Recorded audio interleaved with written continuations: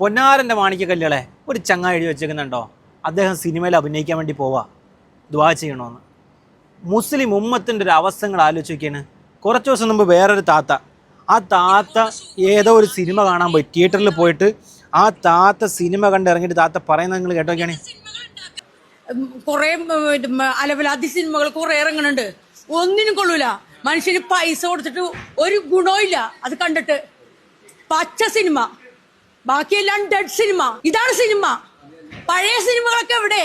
അത് കാണിച്ചു ഞങ്ങൾക്ക്. എന്റെ മനസ്സിലാഗ്രഹം കൊണ്ടാണ് അള്ളാഹു ഇന്ന് ഇതിന് വേണ്ടി മനുഷ്യര് താത്ത പറഞ്ഞ നിങ്ങൾ കേട്ടോ, അള്ളാഹുവാണ് ഇതിന് മുമ്പിൽ എത്തിച്ചെന്ന്. സിനിമ കാണാൻ പോകുന്ന താത്തയുടെ വ്യക്തിപരമായ ആശയം, താത്ത എന്തോ ചെയ്യട്ടെ. പക്ഷെ എല്ലാം കഴിഞ്ഞിറങ്ങിയിട്ട് നല്ല നല്ല സിനിമ, താത്ത കണ്ട സിനിമ നല്ല സിനിമയാണ്, പടച്ചോനാണ് താത്തായ തിയേറ്ററിൽ എത്തിച്ചെന്ന്. എന്തിനാണ് എൻ്റെ പ്രിയപ്പെട്ട കൽബുകൾ നിങ്ങൾ ഇങ്ങനെയൊക്കെ ചെയ്യുന്നത്? നമ്മൾ ഒരു തെറ്റ് ചെയ്താൽ അതിനൊരു ആലങ്കാരികമാക്കാൻ പാടില്ല. സുബ്ഹാനല്ലാഹ് എന്ന് പറയുന്നുണ്ട്, അൽഹംദുലില്ലാഹ് എന്ന് പറയുന്നുണ്ട്, മാഷാ അല്ലാഹ് എന്ന് പറയുന്നുണ്ട്. ഇതൊക്കെ നമുക്ക് അള്ളാഹുവിനെ ഓർക്കുന്ന ടൈമിൽ ചൊല്ലേണ്ട കാര്യങ്ങളാണ്.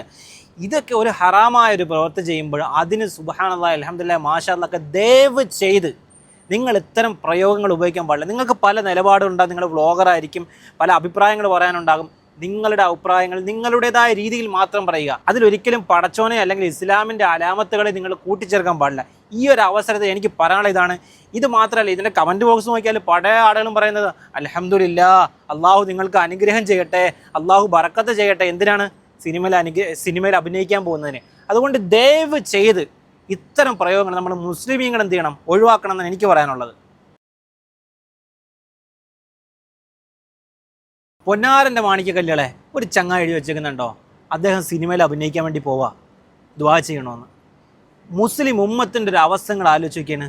കുറച്ച് ദിവസം മുമ്പ് വേറൊരു താത്ത, ആ താത്ത ഏതോ ഒരു സിനിമ കാണാൻ പോയി, തിയേറ്ററിൽ പോയിട്ട് ആ താത്ത സിനിമ കണ്ട് ഇറങ്ങിയിട്ട് താത്ത പറയുന്നത് നിങ്ങൾ കേട്ടോക്കെയാണ്. കുറെ അലവലാതി സിനിമകൾ കുറെ ഇറങ്ങുന്നുണ്ട്, ഒന്നിനും കൊള്ളൂല.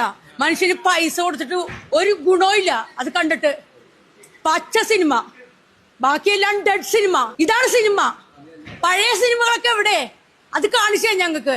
എന്റെ മനസ്സിലാഗ്രഹം കൊണ്ടാണ് അള്ളാഹു ഇന്ന് ഇതിന് വേണ്ടി മനുഷ്യര് താത്ത പറഞ്ഞ നിങ്ങൾ കേട്ടോ, അള്ളാഹുവാണ് ഇതിന് മുമ്പിൽ എത്തിച്ചെന്ന്. സിനിമ കാണാൻ പോകുന്ന താത്തയുടെ വ്യക്തിപരമായ ആശയം, താത്ത എന്തോ ചെയ്യട്ടെ. പക്ഷെ എല്ലാം കഴിഞ്ഞിറങ്ങിയിട്ട് നല്ല നല്ല സിനിമ, താത്ത കണ്ട സിനിമ നല്ല സിനിമയാണ്, പടച്ചോനാണ് താത്തായ തിയേറ്ററിൽ എത്തിച്ചെന്ന്.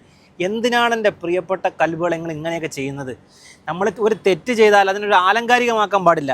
സുബ്ഹാനല്ലാഹ് എന്ന് പറയുന്നുണ്ട്, അൽഹംദുലില്ലാഹ് എന്ന് പറയുന്നുണ്ട്, മാഷാ അല്ലാഹ് എന്ന് പറയുന്നുണ്ട്. ഇതൊക്കെ നമുക്ക് അള്ളാഹുവിനെ ഓർക്കുന്ന ടൈമിൽ ചൊല്ലേണ്ട കാര്യങ്ങളാണ്. ഇതൊക്കെ ഒരു ഹറാമായൊരു പ്രവൃത്തി ചെയ്യുമ്പോൾ അതിന് സുബ്ഹാനല്ലാഹ്, അൽഹംദുലില്ലാഹ്, മാഷാ അല്ലാഹ് ഒക്കെ ദയവ് ചെയ്ത് നിങ്ങൾ ഇത്തരം പ്രയോഗങ്ങൾ